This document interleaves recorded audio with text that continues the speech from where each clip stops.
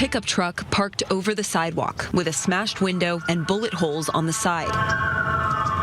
This dramatic scene was at the entrance of the El Cajon Police Department on Wednesday afternoon, a sharp contrast to the city Christmas party just a few yards away at the Civic Center. There was a lot of staff that had to witness it. Mayor Bill Wells is concerned for the well-being of his staff. He says many watched as a woman in her 20s drove a truck toward two police officers on the sidewalk. Out of nowhere, the truck veered directly towards the officers.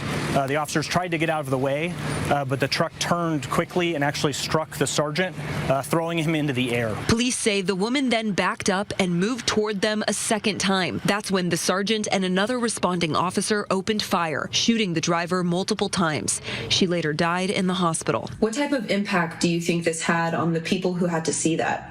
Remember, it's not just the officers being hit by the car, but it's the officers having to shoot the person that was driving. And, watch somebody lose their life is always shocking to people. The sergeant who was hit has 25 years on the department. He was rushed to the hospital and has since been released with minor injuries.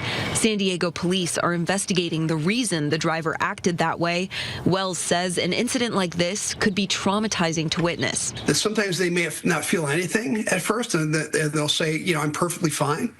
And then a month or two later, or 6 months later, or a year later, something triggers them back to that incident, and they're having trouble with anxiety. They're feeling angry, that maybe they're drinking too much. He says trauma therapists are currently working with his employees to talk about what happened. They already have therapy dogs at the police and fire departments who will spend the week hanging around administrative staff as well.